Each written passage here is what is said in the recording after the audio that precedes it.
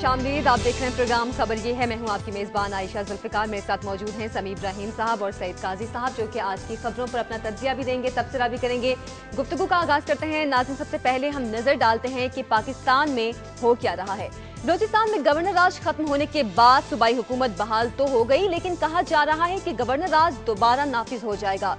जबकि peoples party के senator Aitzaz Ahsan का कहना है कि नए कागजात नामजदगी की छपाई गैर आईनी है। सदर की मंजूरी के बगैर इलेक्शन कमीशन ये कागजात नहीं छपवा सकता। और हुकूमत तहलील होने में 2 दिन बाकी हैं, लेकिन निगरान सेटअप का कयाम अभी तक अमल में नहीं आया। इसके अलावा ये भी आपको बताएंगे कि भारी फीसों की अदायगी के बावजूद पासपोर्ट के दफातर में लेमिनेशन और प्रिंटिंग का अमल बंद है, जिसके बायस गुज़श्ता कई माह से लोगों को नए पासपोर्ट के हुसूल में दुश्वारी पेश आ रही है। और गुर्दों के अमराज से बचाव का आज आलमी दिन मनाया जा रहा है। कई मौजूआत जो हैं इस हवाले से जेर बहस हैं। मुख्तलिफ पाकिस्तान में इस वक्त इश्यूज जो हैं चल रहे हैं, लेकिन हम अपनी गुफ्तगू का आगाज करेंगे कराची की सूरत हाल से। कराची में औरंगी पायलट प्रोजेक्ट की डायरेक्टर परवीन रहमान को कत्ल कर दिया गया। औरंगी पायलट प्रोजेक्ट जो कि गरीबों का प्रोजेक्ट था, वो प्रोजेक्ट जिसका मकसद गरीबों की मदद करना था, इस प्रोजेक्ट की डायरेक्टर को क्यों कत्ल किया गया, इस हवाले से हम बात करते हैं कराची से अपने नुमाइंदे किफायत अली शाह से। किफायत, परवीन रहमान जो लोगों की फलाह बहबूद का काम करती थी, उन्हें क्यों कत्ल किया गया? देखें आशा, जैसे कि आपको पता है कि कराची के हालात किस तरीके से चल रहे हैं। आम आदमी तो दूर की बात, जो ख़ास जो चाहे वो तिब के शोबे से ताल्लुक़ रखने वाले अफराद हों, वकला हों, उलमा हों, और अब तो जो है वो समाजी कारकुन जो हैं वो भी टारगेट किलिंग का निशाना बन रहे हैं। ये जो खातून परवीन जो हैं, ये जो बताया जा रहा है कि वहाँ पर जो है समाजी शोबे में खिदमत अंजाम दे रही थी, और वो कुछ फॉरनर्स को विज़िट भी कराया था वो कुरंगी के इलाके में, और वापसी पर उनको ये निशाना बनाया गया है। तो ये बाकायदा सोची समझी साजिश के तहत जो है शहर कैद को डिस्टेबलाइज करने की कोशिश है। इससे पहले जो है पोलियो टीमों पर हमले भी किए गए। मैं आपको बताऊं कि बहुत सारे फॉरनर्स जो यहाँ पर बहुत इमदाद कर रहे थे पोलियो के हवाले से, ताकि यहाँ पे जो है पोलियो का खात्मा किया जा सके, उस पर भी हमले किए गए। और अब ये एक और बहुत बड़ा वाकया पेश आया है गुज़श्ता रात को। जब ये वाकया पेश आया, उसके बाद से कानून नाफिज करने वाले इदारे जो हैं वो हरकत में आए हैं। उन्होंने जो है वो कुछ इलाकों में टारगेट ऑपरेशन भी किए हैं। पुलिस की जानिब से भी 25 से ज़्यादा अफराद हिरासत में लिए गए गुज़श्ता रात। और अब जो है 3 बजे से लेकर अब तक जो है रेंजर्स का जो ऑपरेशन है, कुरंगी में इलाका है मेरान टाउन, जो कि बहुत बड़ा इलाका है, चारों तरफ से रेंजर्स ने अब तक उसको तकरीबन 5 से 6 घंटे गुजर चुके हैं, चारों तरफ से घेरा हुआ है, और तकरीबन 30 से ज़्यादा अफराद हिरासत में लिया गया है। और इसके अलावा अफराद से जो है वो असला भी बरामद किया गया है। जी आयशा। अच्छा किफायत, आपने बताया कि खास शख्सियात को कराची में टारगेट किया जा रहा है। कल भी ऑपरेशन किया जा रहा था, आज भी ऑपरेशन किया जा रहा है, गिरफ्तारियां भी अमल में लाई गई हैं।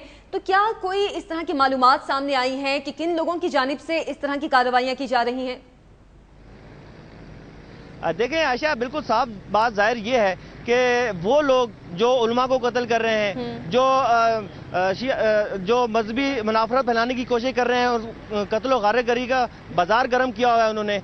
इसके अलावा डॉक्टरों को कत्ल किया जा रहा है, उलमा हैं, और इसके अलावा जो पोलियो की टीमों पर भी हमले किए गए। और अब ये समाजी कारकुन जो है ये इस शोबे से, इसका मतलब ये है कि मुकम्मल तरीके से शहर को, न सिर्फ शहर को बल्कि पूरे पाकिस्तान को डिस्टेबलाइज करना है।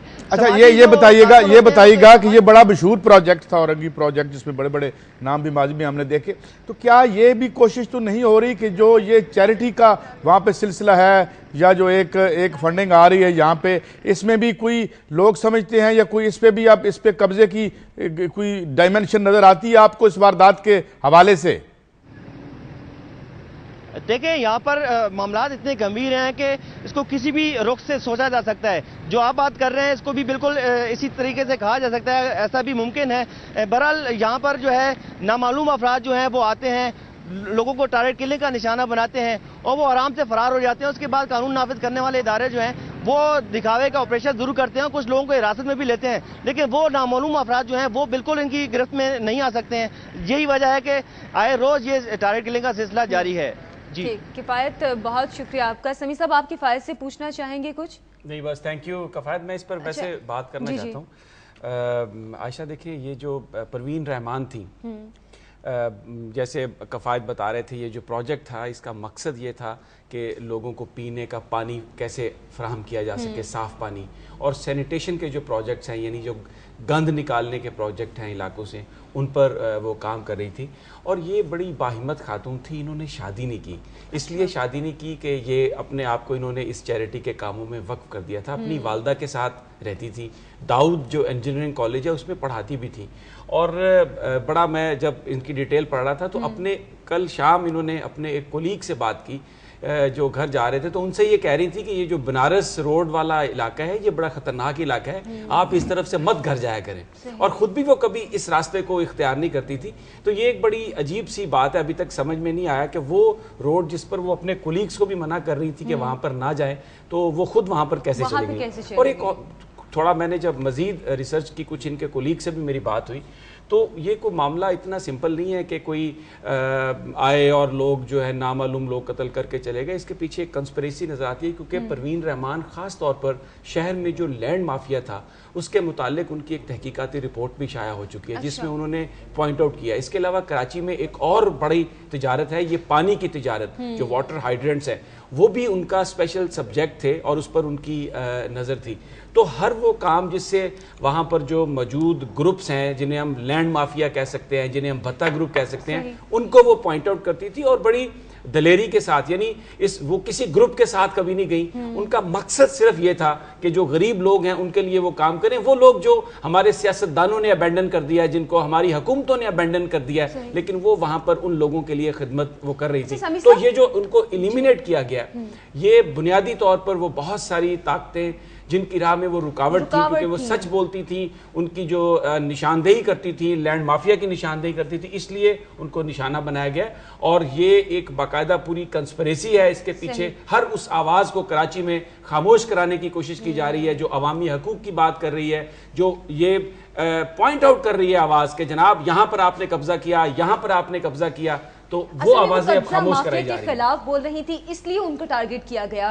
लेकिन कराची में बहुत सी ऐसी शख्सियात को टारगेट किया जा रहा है, मतलब हुकूमत का इसमें तो कोई राज जैसे होता है नजर नहीं आ रहा कि हुकूमत शख्सियात को उनकी हिफाजत करने के हवाले से कोई इकदाम करती हुई नजर नहीं आ रही। नहीं, डेफिनेटली गवर्नमेंट जो है वो फेल हो गई है वहाँ पर। लोगों की जिंदगियों को जानो माल की हिफाजत हुकूमत का बुनियादी फरीजा होता है, बिल्कुल। उसमें हुकूमत नाकाम हो चुकी है। अब जैसे कफायत कह रहे थे कि एक तरफ तो आप देखें पूरी एक कंस्पिरेसी आपको नजर आ रही है, एक तरफ तो खास कम्युनिटीज के खास जो हैं सेक्ट के लोग उनको मारा जा रहा है ताकि पाकिस्तान के अंदर सेक्टेरियन वायलेंस हो, फिर वो लोग जो यहाँ पर कब्जा माफिया के खिलाफ बात करते हैं उनकी आवाज को खत्म किया जा रहा है। जो लोग अच्छे करैक्टर के हैं, जो लोग पाकिस्तान की बात करते हैं, उनको कत्ल किया जा रहा है। तो ये एक तरफ तो सेक्टेरियन बुनियादों पर हमारे मुल्क को डिवाइड करने की कोशिश है, दूसरी जानिब वो सेन एलिमेंट जो यहाँ पर मजबूत और करप्ट लोगों की गलतियों की निशानदेही करता है, उनकी करप्शन को एक्सपोज करता है, उनको खत्म करने की साजिश है। तो ये हर तरफ से एक ऑनस्लॉट है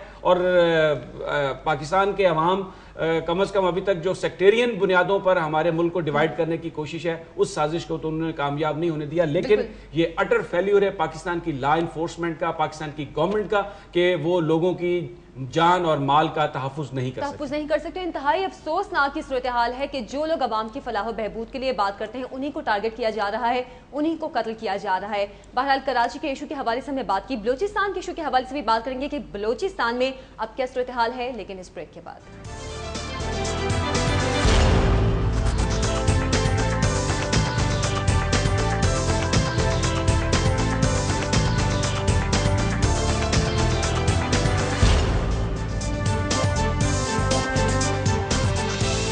बाद आपको खुशामदीद कहते हैं। अपनी अगली खबर की जानिब जाने से पहले कॉलर को ले लेते हैं। हमारे साथ हनीफ साहब हैं लंदन से, उनसे बात करते हैं। अस्सलाम वालेकुम।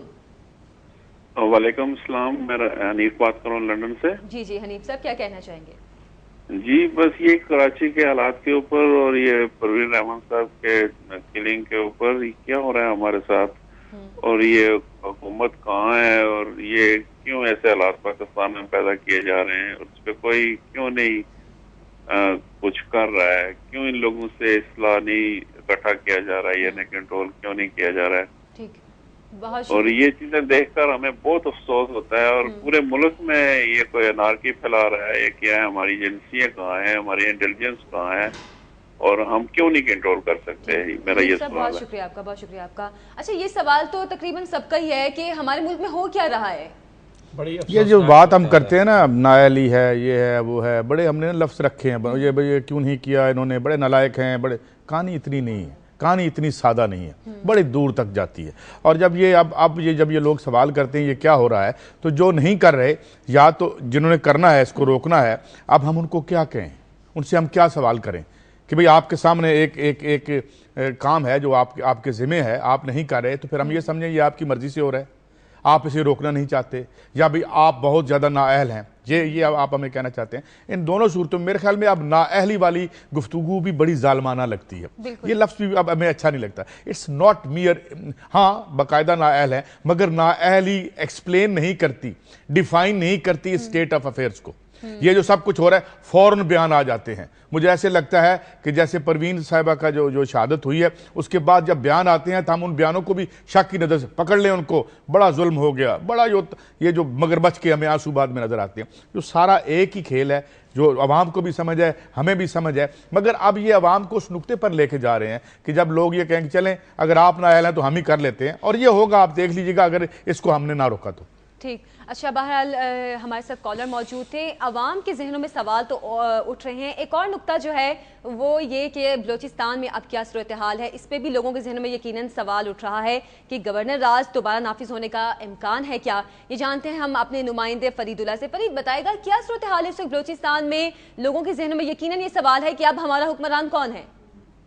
जी बिल्कुल, जो आपने सवाल किया है कि आज लोग ये पूछ रहे हैं कि गवर्नर राज नाफिज जो हुआ था वो खत्म हुआ या नहीं, और एक दूसरे से सुबह जब हमने बात की, लोगों को देखा, तो ये सवाल कर रहे आया आज बलूचिस्तान का जो वजीर आला है वो कौन है। वो वजीर आला है नवाब मोहम्मद हसन मिसानी, जिन्हें मबजूल कर दिया गया, तो वो इस्लामाबाद में बैठे हैं या कोई और, क्योंकि अब जो गुज़श्ता रात गुजरी है आईनी माहिरीन की भी दो राय यहाँ सामने आई है। एक वो कह रहे हैं कि आज जो है वो हुकूमत जो थी बहाल हो गई ऑटोमेटिकली आईनी नुक्ता निगाह। दूसरे कहते हैं नहीं, क्योंकि फरवरी का जो महीना था वो 28 दिन का था, उसमें एक दिन बाकी है, इसलिए अब वो ये दो राय यहाँ आईनी माहिरीन में पाई जा रही है। और दूसरी जानी जो हुकूमत है उनकी जानी से वफाकी हुकूमत कोई लवाज़े लाएमल सामने नहीं आया। गवर्नर राज खत्म कर दिया गया है तो उसका नोटिफिकेशन जारी नहीं हुआ, अगर उसमें तोसी की तब भी तो उसका नोटिफिकेशन जारी नहीं हुआ। दूसरी जानिब अगर हम देखते हैं तो बलूचिस्तान के जो हालात है, इसमें जो एफसी को 2 माह के लिए चाइना दिए, पुलिस के इख्तियार दिए गए, उसमें मजीद 2 माह की तोसी कर दी गई है। और साथ ही साथ कल बलूचिस्तान हाई कोर्ट ने नवाबजादा तारिक, ये बताइए कि असलम रईसानी इस वक्त कहाँ हैं? क्या वो वज़ीर आला हाउस में है या माजी की तरह इस्लामाबाद में कहीं बैठे हैं? जी बिल्कुल, वज़ीर आला जो बलूचिस्तान थे असलम रईसानी वो तो यहाँ कोयटा में नहीं है, वो इस्लामाबाद में, जैसे दुबई से हैं उसको से इस्लामाबाद में डेरे डाले हुए हैं। और ये बताया जा रहा है उनके जो करीबी पार्टनर हैं मौलाना अब्दुल वासी, जिनका ताल्लुक जमीयत उलमा इस्लाम से, और BNP अवामी की जो अपोजिशन लीडर पार्लियामेंट्री लीडर है एहसान शाह, उन्हें आज इस्लामाबाद बुलाया है और मशवरे कर रहे हैं कि आया भी आइंदा क्या लाएअमल इख्तियार किया जाए। इस हवाले से जो उनकी बाकी एहतियाती जमातें उनसे भी इनकी मशावरत इस्लामाबाद में, कोयटा की हमें अगर बात करें बलूचिस्तान की पूरी काबीना उनके अक्सर जो है इस वक्त इस्लामाबाद में मौजूद है और नवाब साहब भी वहीं मौजूद हैं। जी अच्छा, अगर आज भी ये फैसला नहीं होता कि अब बलूचिस्तान में क्या नाफिज किया जाए, गवर्नर राज ही को आगे कंटिन्यू किया जाए या फिर वजीर आला को लाया जाए, तो उसके बाद सूरत हाल क्या होगी? हुकूमत किसके हाथ में होगी बलूचिस्तान की? जी अगर आज भी फैसला नहीं हो तो फिर तो सूरत हाल बड़ी संगीन सी हो जाएगी, क्योंकि आईनी माहिरीन का जो कहना था ऑटोमेटिकली जो गवर्नर राज है वो खत्म हो गया, रईसानी हुकूमत बहाल हो गई। और दूसरी जानब वज़ीर आला भी खुद मौजूद नहीं है। वज़ीर आला यहाँ कोयटा में तो चलो कोई भी शर्त हम ये कह पाते कि वज़ीर आला अपनी सीट में मौजूद है, तमाम अमूर हुकूमत को संभाले हुए, लेकिन इससे लगता ही है कि हालात मजीद जो है आईनी हालात यहाँ मजीद खराब होंगे, लोगों में मजीद बेचैनी फैली गया है, हुकूमत या सूबे कोई वाली वारिस है भी या नहीं। बहुत शुक्रिया आपका फरीदुल्ला। लेकिन मैं इसमें ये ऐड करना चाहूँगा कि पहले जब ये सिलसिला नहीं था तो क्या फ़र्क पड़ता था, रईसानी साहब लंदन में बैठे हैं, इस्लामाबाद बैठे हैं या वहाँ बैठे हैं, सूरत हाल नीचे उसी तरह चल रही है और उसी तरह चलती रहेगी। नीचे स्टेट ऑपरेटर्स जिस तरह का भी बुरा भला मौजूद है वो अपना काम कर रहा है, मगर इससे हमें एक अंदाज़ा होता है कि बड़ा फ़र्क आ जाता है। ये जो रूलिंग क्लासेज हैं, अगर हम इसे थोड़ा सा 20-25 साल पहले जाके देखें कि इनकी ज़ुबान हाली ऐसी नहीं थी, मामलात ऐसे नहीं देख चले छोड़ दिया अल्लाह के सारे या खुद ही काम आगे चल रहा है। अब क्या है, कोई पूछ नहीं रहा, कोई नहीं, चल रहा है, अच्छी बात। ये एक ओवरऑल एटीट्यूड है, इनडिफरेंस है, एक इनडिफरेंस है इनका इन तमाम मामलात से। और कोई और सिलसिले हैं, कोई और काम है जिसमें ये लगे हुए हैं। बहुत ज्यादा अनरेस्ट है वहां पे बलूचिस्तान के लिए। हर आम आदमी पाकिस्तान का परेशान है कि वहां पे क्या हो रहा है। अभी मैं अपनी स्टोरी भी करूंगा, जो स्ट्रीट उर्चन्स पकड़ के उन्होंने 12 बम्बार हमें बताए हैं, वो उससे भी थोड़ा हमें अंदाजा होगा। लेकिन बात यह है कि हुकूमत का कोई उससे लेना देना नहीं है, कोई उसका मेरे ख्याल में परेशान नहीं है। वो वहाँ जो जहाँ है वो उधर बैठे रहें, इधर बैठे रहें, कोई फर्क नहीं पड़ता। यानी कि कोई फर्क नहीं पड़ता, वो चाहे उधर इस्लामाबाद में बैठे, चाहे इधर आके बैठे हैं बलूचिस्तान में। लेकिन इसमें जब वो बलूचिस्तान में थे तो तब क्या फर्क पड़ रहा था? उनके होने की वजह से जो वहां पे जो किलिंग थी वो बंद हो गई थी, वहां पे जो टारगेट किलिंग थी वो खत्म हो गई थी। लेकिन इससे बलूचिस्तान में अनरेस्ट की जो सिचुएशन है वो ज्यादा नहीं, मैं इसको सपोर्ट नहीं कर रहा। मैं ये कह रहा हूं कि जो इनडिफरेंस है, हमारी रूलिंग एलीट का जो इनडिफरेंस है कि भाई एक आईनी इशू बन गया, कल से हम पूछ रहे हैं कौन हुक्मरान है कौन नहीं है, कोई कहते हैं कोई नहीं है, नहीं है, कर लेते हैं। अभी एक खबर आई है कि हम कंटिन्यू कर लेंगे, रोक लेंगे, एक दिन बाकी है। अभी आईनी लिहाज से इस पे भी गौर किया जा रहा है कि एक दिन बाकी है। लेकिन बहरहाल चले, अब देखते हैं कि बलूचिस्तान में आगे सूरत हाल क्या होती है। अपनी अगली खबर की जानिब बढ़ते हैं, जो कि निहायत अहम खबर है। और खबर ये है कि बैरिस्टर एतजाज अहसन का कहना है कि नए कागजात की छपाई गैर आईनी है। क्या ये गैर आईनी है या नहीं है, ये जानते हैं अदील वड़ाई से, जो कि सिर्फ हमारे साथ मौजूद है। अदील, ये बताएं कि अगर नए कागजात की छपाई गैर आईनी है तो इसकी कानूनी हैसियत क्या होगी? जी, बैरिस्टर पीपल्स पार्टी के जो हलके हैं वहाँ पर जो नॉमिनेशन फॉर्म जो नया छप गया है सदर की मंजूरी के बगैर, बड़ी उनमें तशवीश पाई जाती है। इलेक्शन कमीशन को क्रिटिसिज्म का सामना है गुज़िश्ता 2 रोज से। तो बैरिस्टर एतजाज अहसन कल सुप्रीम कोर्ट आए थे, पीपल्स पार्टी के और भी रहनुमा सेनेटर कयूम सुमरो के केस में आए थे। तो नॉमिनेशन फॉर्म पर उधर भी वो बात करते रहे। तो उनका कहना था कि ये गैर आईनी है क्योंकि इस पर सदर ने दस्तखत नहीं किए। सदर की जो कानूनी पोजीशन है उसको बाईपास किया गया है, इसलिए जो ये नॉमिनेशन फॉर्म है इनकी कोई आईनी हैसियत नहीं होगी। इसके अलावा उन्होंने कहा कि जो सुप्रीम कोर्ट ने ये कहा है कि कदम बढ़ाओ इलेक्शन कमीशन, हम तुम्हारे साथ हैं, तो सुप्रीम कोर्ट को भी चाहिए कि इलेक्शन कमीशन को अपने आईनी दायरे में कदम बढ़ाने का कहे, इस तरह इस अंदाज से ना कहे। इसके अलावा और उन्होंने एक बात की निशानदेही की कि जो नॉमिनेशन फॉर्म वाला जो इशू है ये आइंदा आम इंतखाबात को डिले कर सकता है। लोग अदालतों में जाएंगे, इस पर स्टे होंगे, तो आइंदा आम इंतखाबात जो हैं तो उसके अमल में दुश्वारियां पैदा हो सकती हैं। उन्होंने इस जानिब जो है वो भी इशारा किया। जी, बहुत शुक्रिया आदिल वड़ाइच आपका, आपने अपडेट दी। अच्छा, हम कोशिश कर रहे थे कि किसी कानूनी माहिर से हमारा राब्ता हो जाए। अगर कोई माहिर हमारे साथ हैं, अगर हमारे प्रोड्यूसर साहब बता सके हमें तो। अभी तक किसी से राब्ता नहीं हो सका, लेकिन इसमें मैं ये थोड़ा सा ऐड कर दूं, एक स्टोरी अभी आज ये लगी है और उसमें ये बताया गया है कि 90% जो KPK के 90% नहीं, 125 में से 90 जो MPs हैं, मेंबर पार्लियामेंट है KPK के, जो वो उन्होंने किसी ने भी टैक्स रिटर्न जमा नहीं करवाई। अच्छा। अब उसमें ये भी है कि उसमें CM साहब का भी नाम है और भी बहुत से नाम है, पूरी लिस्ट है, मुझे दोहराने का टाइम नहीं होगा।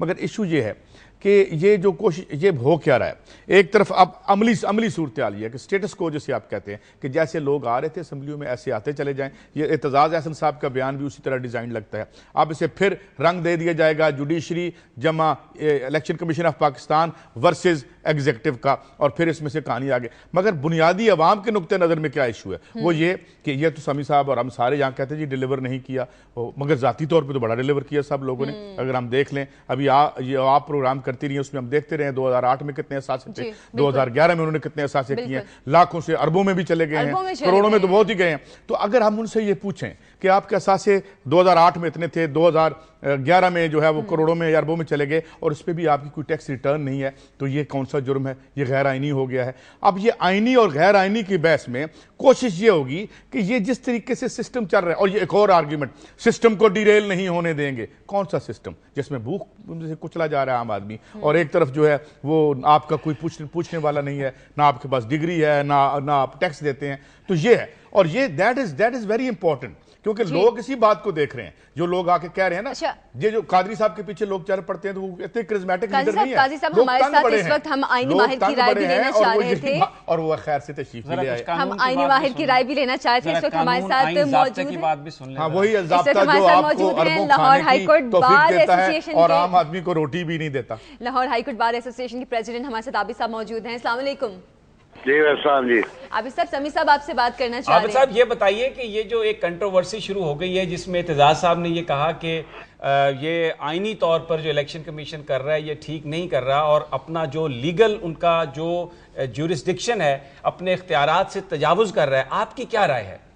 देखें जी, ये बदकिस्मती की बात यह है कि इस मुल्क में पार्लिमान के अलावा हर इदारा अपने आप को कानून साजी का हक रखता है, समझता है कि उसका हक है कि वो कानून साजी करे। अब ये बात है कि इलेक्शन कमीशन को कहाँ से ये इख्तियार हासिल हो गया, किस कानून और आइन के तहत उसको ये इख्तियार हासिल हो गया कि वो अपनी मर्जी से मुझे तरमीम करता फिरे और अपनी मर्जी से लिमिटेशन इम्पोज करता फिरे। जो कानून है, इंतखाबात के मुतालिक जो कवानीन इस वक्त मौजूद है, उस पर अमल दरामद करवाना इलेक्शन कमीशन का फर्ज है और उसके मुताबिक फ्री, फेयर और ट्रांसपेरेंट इलेक्शन करवाना, ना कि वो अपनी मर्जी से कानून साजी करता फिरे और अपनी मर्जी से वो लोगों पर ऐसी ऐसी पाबंदियां आयद करे जो आइन के दिए हुए हुकूक के सरासर मुनाफी हूँ। तो मैं समझता हूँ ये इलेक्शन कमीशन की ज्यूरिसडिक्शन नहीं है। इलेक्शन कमीशन के दायरा इख्तियार से ये तमाम चीजें बाहर हैं और ये पता नहीं क्यों यहाँ इस तरह की यानी दूसरे इदारों के इख्तियारात में मुदाखलत का जो रुझान है हमारे यहाँ, ये बड़ा एक अजीब सूरत हाल इख्तियार करता जा रहा है। तो ये समझ नहीं आती कि इसके पीछे कौन से अवामिल कारफरमा होते हैं जब कोई इदारा दूसरे इदारे के पावर्स और ज्यूरिसडिक्शन को एनक्रोच करना शुरू करता है। बहुत बहुत शुक्रिया आबिद साकी साहब, आपका बहुत शुक्रिया। बहुत शुक्रिया आपका। नाज़रीन, हम अवामी मसाइल को तो अपने प्रोग्राम में डिस्कस करने की कोशिश करते हैं। एक और अवामी खबर भी है और वो ये है कि लोगों को पासपोर्ट नहीं मिल रहा है। इसकी वजह क्या है, हम आपको बताएंगे इस ब्रेक के बाद। हमारे साथ रहिए।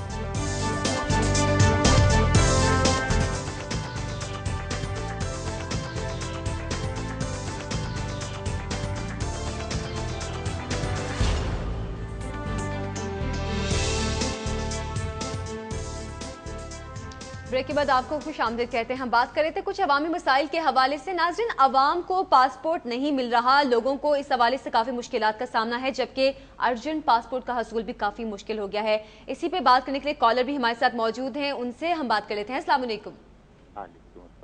जी, कौन बात करें? जी, मैं मंजूर बेग बात कर रहा हूँ। जी मंजूर साहब, क्या कहना चाहेंगे आप? ये पासपोर्ट जब प्रॉब्लम है, ये तो करप्शन के दरवाजे खोले हैं। 7 से 10 हजार रुपया दें पर हेड, आपको 24 घंटे में पासपोर्ट मिल जाए। अच्छा, यानी कि आपके ख्याल में इससे करप्शन के दरवाजे खुले हैं? जी। अच्छा, ये जो अच्छा समी साहब बात कर रहे हैं, आप हमारे साथ लाइन पे रहिएगा। अच्छा, इस हवाले से भी कोई कानून, आइन और ज़ाब्ता भी है करप्शन को भी रोक? क्या आइन और ज़ाब्ते सिर्फ इसलिए हैं कि हम इनसे ये ना पूछें कि हजूर आपने टैक्स दिया या नहीं दिया? अगर हमसे देखें, ये सरकार का काम है ना कि यहाँ पे बदनवानी खत्म करे, कि किसी के खिलाफ करप्शन भी डिस्क्रिमिनेशन है कि आप जब जाएं, हुक्मरान जाए उसका काम हो जाए, आम आदमी जाए उससे कहें 10,000 रुपया दो, कि जनाब इस पे नहीं है। अगर हम आपसे पूछें कि आपकी जेब में ये जो कुछ हमें नाजायज सा बोझ नजर आ रहा है, तो नहीं आइन ये रोक, तो ये आइन का ये काम है ना। पासपोर्ट पर जो बता दिया हमारे भाई ने कि पासपोर्ट का और कोई क्राइसिस नहीं है। टीवी पे आकर लोग बता चुके हैं कि एक आदमी ने, मैंने सुना उसको, उसने कहा जी कि उनका 10,000 रुपया दे दो, सवेरे ले लो, और दूसरा जिसने अर्जेंट 5,000 फीस जमा करा रखी है वो लाइन में लगा रहे। दिस इज द आइन एंड द बालादस्ती ऑफ आइन। उनको फेस करना पड़ा है। मसरूफ साहब, क्या आपको या आपके आसपास कभी किसी को इस तरह की किसी परेशानी का सामना करना पड़ा है, जैसे कि आप कह रहे हैं कि 5-10 हजार रुपया दो और पासपोर्ट ले लो 24 घंटों में? वो एक मेरा दोस्त कुवैत से आया था, उसका वीजा भी एक्सपायर होने को था, तो इसलिए एक्सपीरियंस हुआ है।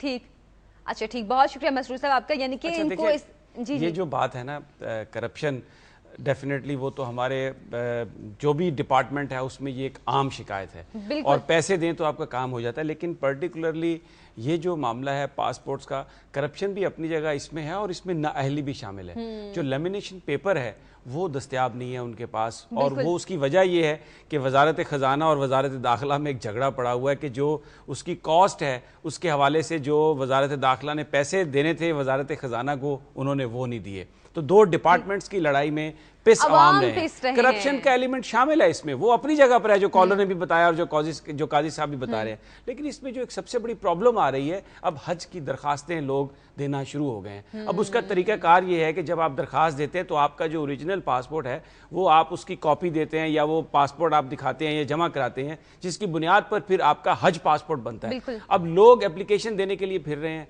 हज के लिए जाने के लिए बेताब हैं बेचारे, लेकिन उनके पास पासपोर्ट्स नहीं है। और अगर आप वहां पर अर्जेंट पासपोर्ट जो है वो भी 2-2 माह नहीं मिल रहा। कल मैं कॉलर की बात सुन रहा था, कहते हैं नाम और वो मिलता 2 माह नहीं है। कल मैं कॉलर की बात सुन रहा था काई साहब, उन्होंने पैसे दिए 3 महीने हो गए उनको और अभी तक उनको अर्जेंट पासपोर्ट नहीं मिला। तो ये एक ऐसा मामला है जिस पर चाहिए था इनको कि वजारत दाखिला और खजाना का जो मामला है उसको सॉर्ट आउट करते हैं। और खासतौर पे इस सूरत हाल में जबकि देखिए ना, हम तो हज पे जाते हैं कि गुनाह बख्शवा लें, मगर कुछ लोगों के लिए हज एक बिजनेस प्रपोजिशन है। आपके सामने हज स्कैंडल आया था, कुछ नहीं बना। सुप्रीम कोर्ट अकेली क्या करे, क्योंकि एग्जीक्यूटिव को बड़ी आईनी प्रोटेक्शन हासिल है, कोई काम नहीं होता। बात यह है कि ये लैमिनेशन का झगड़ा नहीं है, ये माल का झगड़ा है।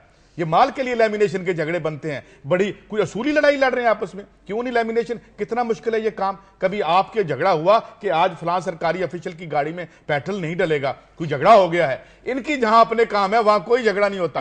ये कोई झगड़ा नहीं है, ये वारदात है और आवाम को फ्लीस किया जा रहा है। और आखिरी जाते जाते कुछ दिन है और कुछ। देखिए आबिद साकी साहब ने जो कानून की बात की ना, उससे आपको इतना खफा होने की जरूरत नहीं है।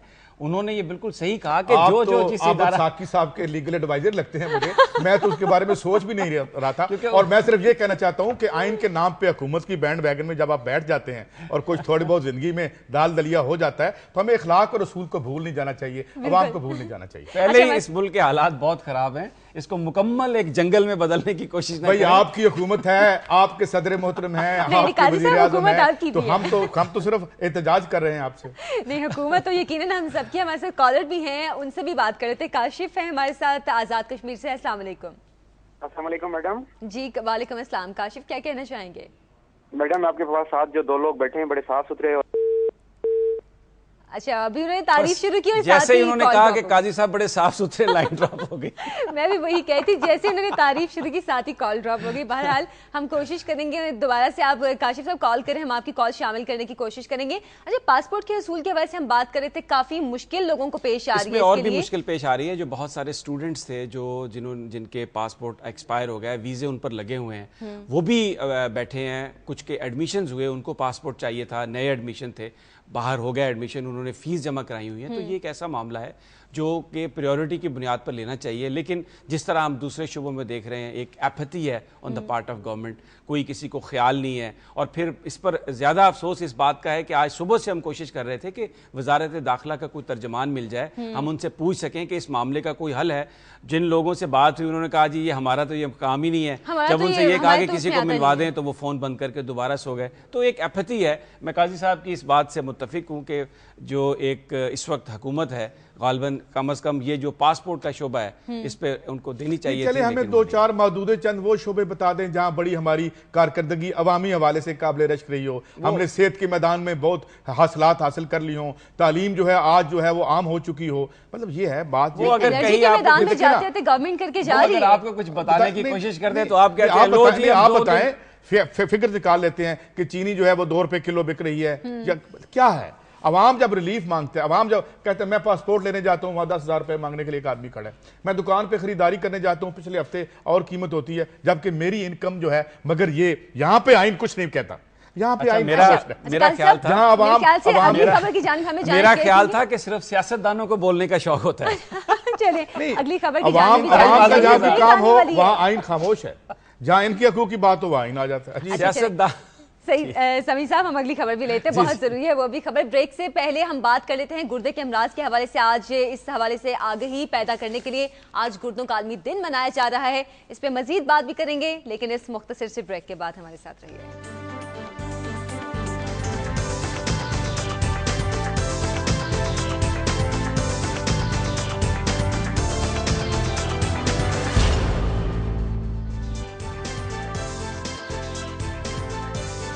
ब्रेक के बाद आपको एक बार फिर से खुशामदीद कहते हैं। नाज़रीन, गुर्दे के अमराज के हवाले से आगाही पैदा करने के लिए आज गुर्दों का आलमी दिन मनाया जा रहा है। इस पर हम बात करते हैं लाहौर से अपने नुमाइंदे सलीम शेख से। सलीम, अवाम के लिए उनमें आगाही पैदा करने के लिए दिन मनाया जाता है, अवाम में आगाही पैदा करने के लिए हुकूमत की जानिब से कुछ किया भी जा रहा है क्या?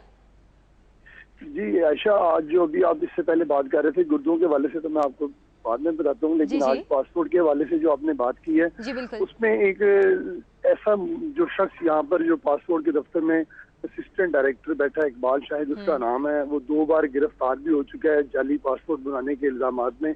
लेकिन वो इतना पावरफुल शख्स है कि वो गिरफ्तार होने के बाद भी फिर उसी जगह पर लगता है। इसकी बात जो है वो सबको मालूम है कि वो जो करप्ट क्लीन शख्स है और उसके साथ साथ वो जो पैसे लेता है वो दूसरे अफसरान को हिस्सा देने के बाद फिर दोबारा उसी सीट पर आ जाता है। अब आपने बात की है तो मैं अपने गुर्दों की तरफ से बात करता हूँ कि आज हुकूमत की तरफ से तो कोई ऐसा सेमिनार मुनक्कद नहीं किया जा रहा था। हम 2 रोज कबल सर्विसेज अस्पताल में एक मेडिकल कैंप लगाया गया था और वहाँ पर जो है गुर्दों के मरीजों को चेक किया गया था। और आज से कोई 10 दिन पहले जनरल हॉस्पिटल में एक गुर्दों की जो वार्ड है वो मुखैर हजरात की तरफ से वो डोनेशन की गई है और उसमें 1 करोड़ रुपए की जो डोनेशन है वो मुखैर हजरात ने दी थी और उससे 10 बेड लगाए गए हैं और डायलिसिस मशीनें लगाई गई हैं। और गुर्दों के जो माहिरीन हैं उनका ये कहना है कि गुर्दों के जो मर्ज हैं वो उनकी कोई डायरेक्ट वजह नहीं होती। उसकी जो वजूहत है उसमें ब्लड प्रेशर का होना, उसके साथ साथ दिल की खराबी